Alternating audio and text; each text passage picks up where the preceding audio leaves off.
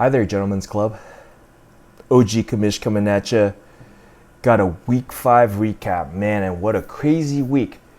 Is it just me, or has this season been plagued with injuries upon injuries upon injuries?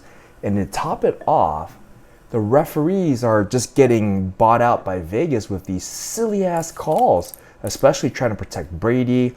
Then we saw it tonight again with Patty Mahomes. What a crazy ass week. Had some London games going on. But we'll dig right into it. We're going to jump right into our first matchup. Me versus Billy P. 116-92. Taking down Billy P. We're just going to keep this one on the simple because I got some fun stuff for y'all later on tonight. But going to prove to you right now, you don't need a quarterback to win. Still doing it right now, boys.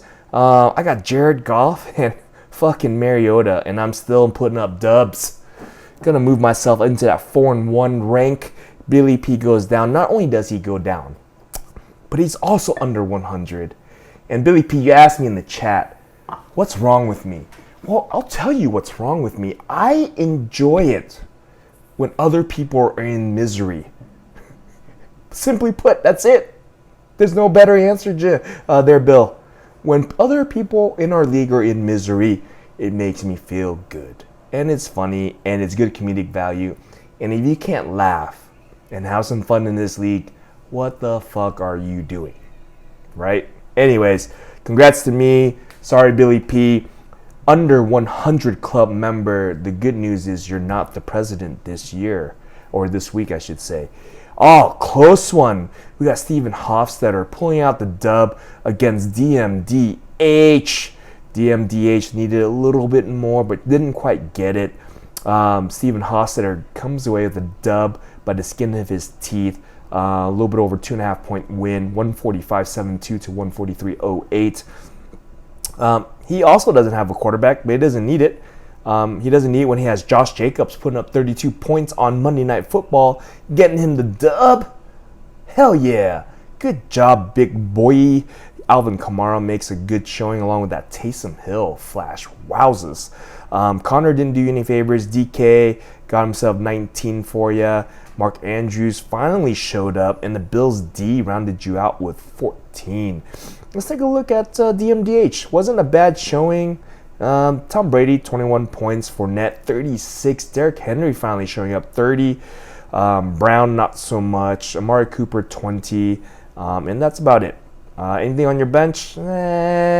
Jacoby Myers. Would you have subbed that in for Brown? I don't know if anybody else would have. Amari Cooper? Probably not. Chris Godwin? Maybe not. Maybe you ran him over Ryan Tannehill. Stop sticking to that 2-quarterback format, if you know what I mean. You might have won. Goes down DMDH. Congratulations, Stephen Hofstetter.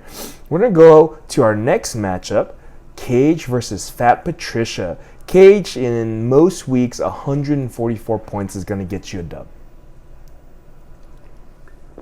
Not when you go against Kenny. Not this week.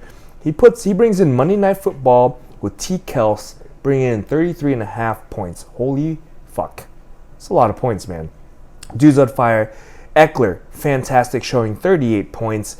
Gabriel Davis off that trade, if I'm not mistaken. Omar, 38 points. Fantastic outing there. Your quarterbacks didn't show up. I mean, Joe Burrow had a decent game at 18, but the other one didn't. Goes to prove yet again, quarterbacks aren't they're all cracked up to be this year. And you can tell that by Cage's team. You know, poor Rashard Penny's out, only gave you 5.5 points, but Terry Bridgewater out with 0 points. And you still put up 144. Interesting. Maybe a Tony Pollard or Reynolds in that super flex would have got you the dub. But the margin was too large for you to overcome. Congratulations, Kenny. Great dub going into 2-3. Cage also going to 2-3, and you're going to see a bunch of teams in the 2-3 area. We're going to jump into the next matchup. We got ourselves Judge Judy versus the Guns. Mikey T, you know what, Mike? When you're at least winning or middle of the pack, I hear a lot from you. I hear a lot of smack talking. Awfully quiet this year, Mike. awfully quiet. And this last loss ain't going to help that quietness. I'm sure you're now going to go to 0-5, bottom of the list, in jeopardy of the SATs. Gun takes you out in commanding fashion, 122 to the under 188.3. We're not going to go over Gun's team because no one cares about rushing quarterbacks. But congratulations on the dub. Mike, you need to do something quick here, buddy. Start studying for those SATs. This is not going to bode well for you. Now we're going to go to the next matchup. I saved this for second to last because it features the president of the Under 100 Club, Omar Elshami. Congratulations to you. 73 measly points this week. Stop trading away your goddamn team. This is what happens. I told you so. I told you, but who am I? I'm just a guy that's won it at least once.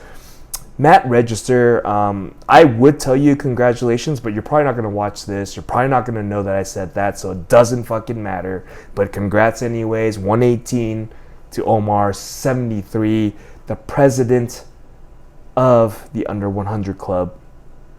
So, it's on to my little girl. And she wanted to make sure that she represented the Under 100 Club correctly. So, starting from worst to the worst, we're going to start off with Billy P. She's going to give you a little clothing. She's going to do a little arts and crafts. This is you, Billy P, in honor of being the Under 100 Club.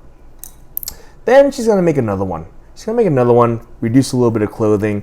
We're going to make this one right here. This one's for Mikey T, part of the Under 100 Club. And as the president of the Under 100 Club, because you suck and you don't deserve clothing, Omar, she made you this one. So these are for you three, for being under 100. You guys are as weak as these popsicle sticks, worth nothing. Your team's worth nothing. God bless you. Good luck. There is one matchup that I did save for last. And there is a reason. I don't know if I've ever thought this would ever happen. But Michael Wyckoff takes out a decent showing by Daniel Amato. But not good enough, Dan. Not good enough. You sucked it up. 132 to Mike's blistering 187. Wyckoff's going to move to 5-0. We're literally letting this happen, and I don't know how that makes me feel. Monday Night Football comes out. He already had the lead. Puts up a 34 spot with Patty Mahomes. Tyler Lockett, 31 points. Mike Williams with Keenan out because I know I have him, 25 points. Nick Chubb had a stellar game, 29 points. And then to boot, Kyler Murray putting up 17, and the Cowboys D, Micah Parson, Diggs, putting it up, 30 freaking points. Unbelievable. Let's take a look at your team, Dan, because your team put up a decent amount of points. Josh Allen continues to perform. Stud, 42 points there. Dalvin Cook, 26 points. Samuel, not so much. Gallup, not so much. Evans, not so much. Waller hurt you being out. I don't know if that would have helped you too much tonight, but anyways. And then your immunized entity only put up an 18 spot. So down goes Dan. Wowzers.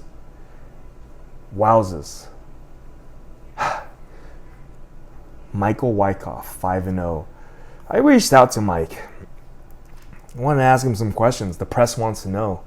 First question I asked him, did you ever think you would be 5-0 in the Gentleman's League?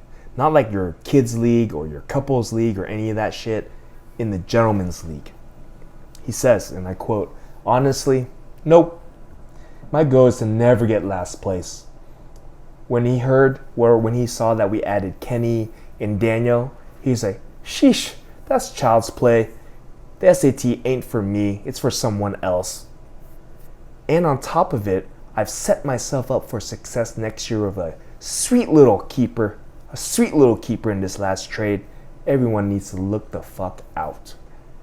Because not only am I going to win it this year, but also next year, I've set up for success.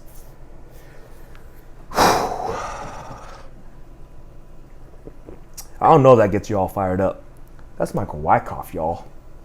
God bless him. I asked him another question. What helped you get to this success? Like, what's helped you? He said, 2 QBs, solid draft, high NFL IQ, and he drafted so many run backs, he doesn't know what to do with them. He can give Gunn some charity and still win. He's so blessed, he can help others. So I go on and I go, so let's look up into next week, week 6. You're going to go against Omar. Like, what's your game plan? Michael Wyckoff says, putting his starting lineup on track, he just needs to set it and forget it. Like that Runco commercial. He's going to pray for Omar. Hope he beats himself. Hope he beats Wyckoff for his sake. Hopefully that makes sense. Damn, that's some strong words for Omar.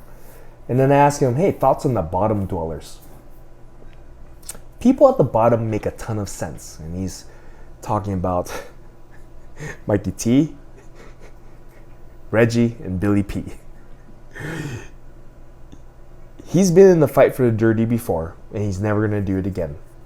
The group of people at the bottom, they're going to have to scrap it out, and the winner will prevail. He cannot wait to see who it is and what their SAT scores are. And Mike, I wholeheartedly agree with you. I am excited for that as well. And then lastly, I asked him, any thoughts on being 1 game ahead? Because there's about 3 people right underneath you at 4-1, including Gunn, Hofstetter, and the reigning champ. And he says, really amazing people below him. Let's just keep them there. No big deal. So that's what I got from Wyckoff, man. And I'm going to cut to a video as I end this to share with you some live in-person thoughts from him, just to kind of stir up the pot a little bit, get you guys a little angry inside, get you a little excited, get you emotionally compromised in preparation for week 6. So enjoy that video. I love you guys. Commish out. Michael Wyckoff, welcome to the Gentleman's Club. Who's going to win it this year? I'm going to win it. I'm going to win it. Why? How? You haven't done it before? I've done plenty of research. I'm not going to get last place. I'm going to go out there and play like a champion. This draft tonight all starts here.